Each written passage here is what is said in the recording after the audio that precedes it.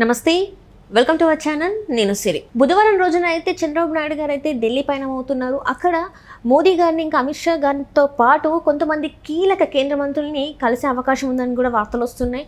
అయితే ఏంటంటే ఏపీకి ఎలాగైనా సరే పెట్టుబడుల్ని తీసుకురావాలని 10 కంపెనీల పైన తీసుకురావాలని చెప్పేసి అయితే తన ఆలోచనలు ఉన్నట్టు తెలుస్తుంది. మరి ఇది సాధ్యమవుతుందా లేదా, ఏంటి అసలు ఢిల్లీ టూర్ వెనకాల ఏముంది అనేది మనకి వివరించడానికి మనతో పాటు ఉన్నారు ప్రముఖ సీనియర్ జర్నలిస్ట్ డివిఎస్ గారు.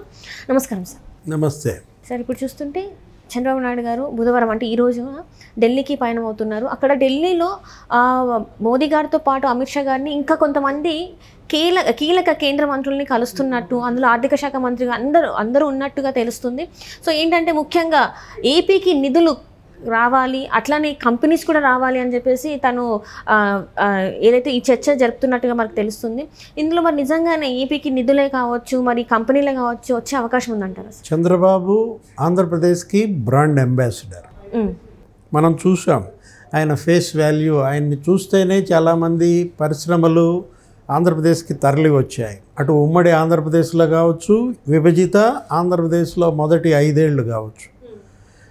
అలాంటి వ్యక్తి ఇవాళ మళ్ళా ముఖ్యమంత్రి అయిన నేపథ్యంలో నెల రోజుల్లోనే ఇప్పటికే బోల్డ్ మంది ఆంధ్రప్రదేశ్ పైన ఆసక్తి చూపిస్తున్నారు.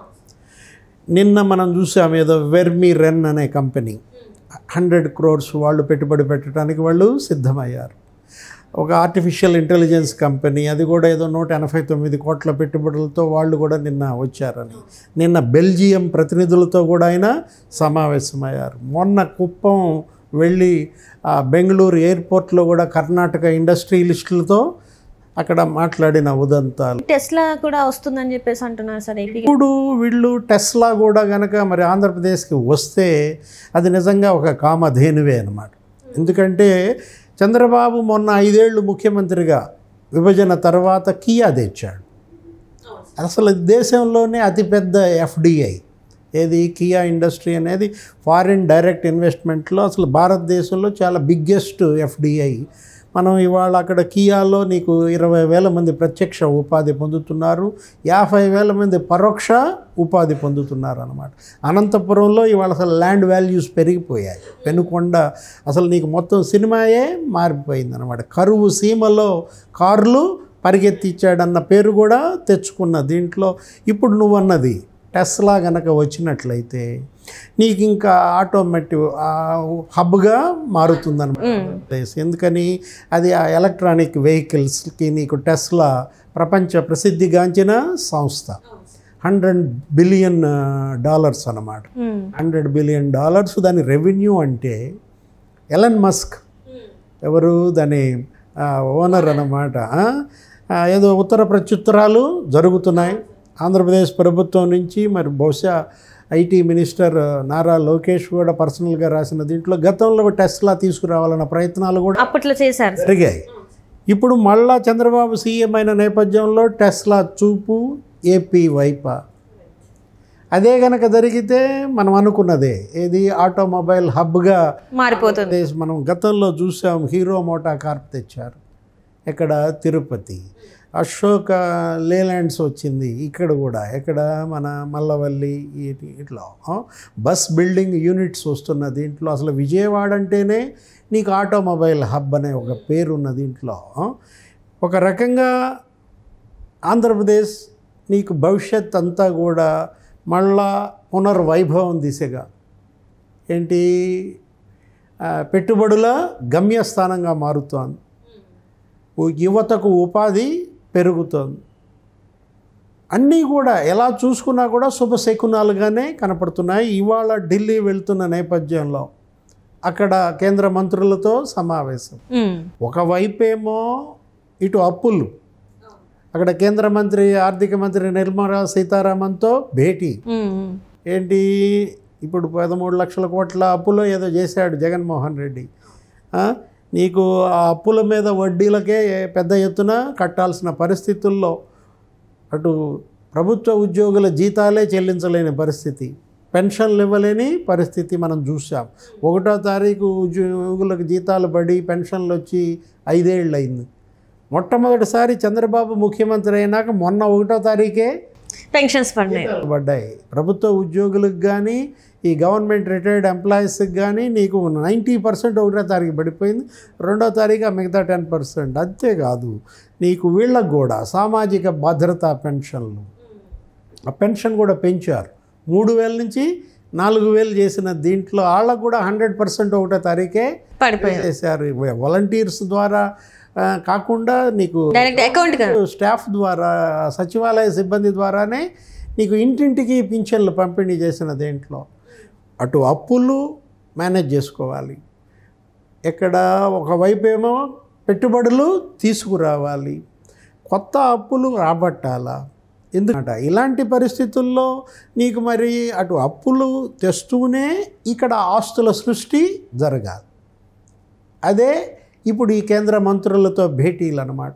పరిశ్రమల శాఖ మంత్రితో కానీ, విద్యుత్ శాఖ మంత్రితో కానీ, ఇటు ఈ రోడ్లు భవనాల శాఖ మంత్రి గడ్కరీతో సమావేశం, మరోవైపు జలవనరుల శాఖ ఏది మన పోలవరంకి నిధులు రాబట్టడం.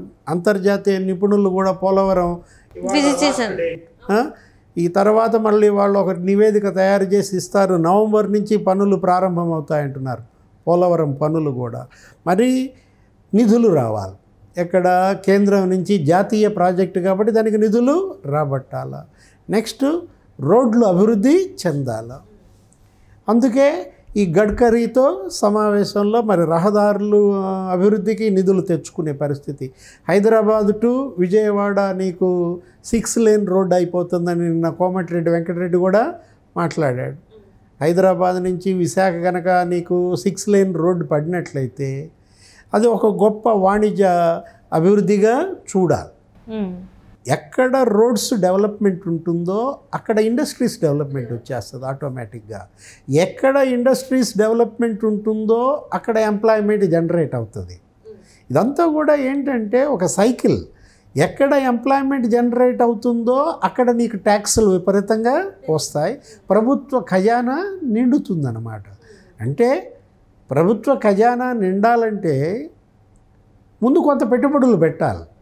ఇప్పుడు నువ్వు పంట తీయాలి, నువ్వు పొలం సాగు చేస్తున్నావు, పంట తీయాలంటే పెట్టుబడి పెట్టాలి కదా. విత్తనాలు వేయాలా, ఎరువులు వేయాలా. ఇప్పుడు ఆ పనిలో పడ్డాడు చంద్రబాబు. ఏంటి, ఒక మంచి రైతుగా ఏం చేస్తున్నాడు, విత్తనాల కోసం వెళ్ళాడు అనమాట. ఎక్కడికి, ఢిల్లీకి. కేంద్రం ఇచ్చే విత్తనాలు తీసుకొచ్చి ఇక్కడ నాటాలా, ఎరువులు వేయాలా, పంట తీయాలా, అది ప్రజలకి పంచిపెట్టాలా. ఇదొక చక్రం. ఈ సైకిల్లో ఇప్పుడు ఒక 50 నీకు లీడ్స్ ఇంట్రెస్ట్గా ఉన్నాయన్నారు. ఆంధ్రప్రదేశ్లో పెట్టుబడి పెట్టడానికి ఈడీబీని అడిగితే, ఎకనామిక్ డెవలప్మెంట్ బోర్డు, ఒక 50 సంస్థలు పెట్టుబడి పెడతానికి సిద్ధంగా ఉన్నాయి, పరిశ్రమలు నెలకొల్పడానికి ముందుకు వచ్చాయని వాళ్ళు ఇచ్చారు లిస్టు. అందులో 10 కంపెనీలు ఇవాళ మరి ఢిల్లీలో చంద్రబాబుని కలవబోతున్నట్టుగా ఆ ప్రతినిధులు. నీకు నిజంగా కనుక ఆ 10 కంపెనీలు కనుక ఆంధ్రప్రదేశ్కి తీసుకురాగలిగితే 2వ నెలలోనే, అంటే ఏంటి ఇప్పుడు కరెక్ట్గా ఒక నెల అవుతుంది చంద్రబాబు ముఖ్యమంత్రి అయి, మరి 2nd మంత్లోనే ఇంత పెద్ద ఎత్తున కనుక ఇన్వెస్ట్మెంట్స్ తీసుకొస్తే, ఇండస్ట్రియల్ డెవలప్మెంట్ జరిగితే అంతకన్నా రాష్ట్ర ప్రజలు కోరుకునేది లేదు. రేపొద్దున మళ్ళా దావోస్ వెళ్తాడు, వరల్డ్ ఎకనామిక్ ఫోరం, మొత్తం ప్రపంచంలో ఉన్నటువంటి ఇండస్ట్రియలిస్టులంతా అక్కడికి వస్తారు. కాకపోతే జగన్మోహన్ రెడ్డి వెళ్ళినట్టు కాదు ఇది. ఏది, చంద్రబాబు వెళ్ళినప్పుడు దాని ఇంపాక్ట్ వేరుగా ఉంటుంది. జగన్ కూడా వెళ్ళాడు దావోస్కి, కానీ వెళ్ళి ఎవరిని కలిశాడు అక్కడ, శరత్ చంద్రారెడ్డిని కలిశాడు. శరత్ చంద్రారెడ్డిని కలవడం కోసం దావోస్ వెళ్ళాల్సిన అవసరం లేదు, ఇక్కడే కలుస్తాడు, మీ చుట్టమే కదా. ఇప్పుడు ఆయన కూడా జైలుకి వెళ్ళే పరిస్థితి మనం చూసాం, ఢిల్లీ లిక్కర్ స్కామ్లో. చంద్రబాబు వెళ్ళేది వేరు, చంద్రబాబు కలిసేది వేరు అనమాట. ఆయన ఎవరిని కలుస్తాడు, కలిస్తే బిల్ గేట్స్ని కలుస్తాడు, లేదు ఎలన్ మస్క్ని కలుస్తాడా. ఎలన్ మస్క్ రేపొద్దున దావోస్ వస్తాడా? ఎలన్ మస్క్తో గనక భేటీ చంద్రబాబు గనక జరిగితే అది మరొక ల్యాండ్ మార్క్ అవుతుంది. మనం చూసాం, ఏది, న్యూయార్క్ వెళ్ళి ఈయన బిల్ గేట్స్తో సమావేశం. 10 నిమిషాలు అనుకున్నది కాస్త 45 నిమిషాలు ఈయన పవర్ పాయింట్ ప్రజెంటేషన్కి ఆయన గుమ్మైపోవటం, మైక్రోసాఫ్ట్ అంటూ పెట్టడం జరిగితే, అమెరికా నుంచి బయటకు రావటం అంటూ జరిగితే మా బేస్ మొదట మీ దగ్గరే పెడతామన్న మాట బిల్ గేట్స్ దగ్గర తీసుకోవటం, అదేవిధంగా హైదరాబాద్కి మైక్రోసాఫ్ట్ రావడం మనం చూసాం. అదే కాదు, ఐఎస్బి తెచ్చాడు Hyderabad, Indian school of business. అది కూడా ఇలాగే ఒక పట్టుదలతో తెచ్చాడు. వాళ్ళు అనేక రాష్ట్రాలు చూశారు, కర్ణాటక బెంగళూరు చూశారు, ముంబై చూశారు, తమిళనాడు చెన్నై పెట్టాలని చూశారు, పూనా వెళ్ళాలని చూశారు. వీళ్ళందరికన్నా నేను ఎక్కువ ఇన్సెంటివ్స్ ఇస్తాను అని అసలు ఈయన మంత్రులనే ఎయిర్పోర్ట్కి పంపాడు రిసీవింగ్కి. వాళ్ళు తీసుకొచ్చిన తర్వాత గేట్ దగ్గరికి వెళ్ళి వాళ్ళని ఇన్వైట్ చేసుకున్నాడు ఇంట్లోకి. అసలు వాళ్ళకి బ్రేక్ఫాస్ట్ ఆయన చేత్తో వడ్డించాడు. వాళ్ళు గుమ్మైపోయారు. ఒక ముఖ్యమంత్రి ఏంటి, మాకు ఈ మర్యాదలు చేయటం ఏంటి, ఆయనే వడ్డించటం ఏంటి. వెంటనే ఐఎస్బి శాంక్షన్ టు హైదరాబాద్. ఇలా ఇవన్నీ కూడా మిరకిల్స్ ఏంటి, ఒక అద్భుతాలు చేయగలిగినటువంటి గొప్ప వ్యక్తి చంద్రబాబు. ఇప్పుడు అక్కడ ముఖ్యమంత్రిగా ఉన్నప్పుడు మళ్ళా పాత మ్యాజిక్ జరగబోతుంది, ప్రారంభిస్తాడా అంటే చూడాలి. Right sir, right. Thank you so much. నమస్తే.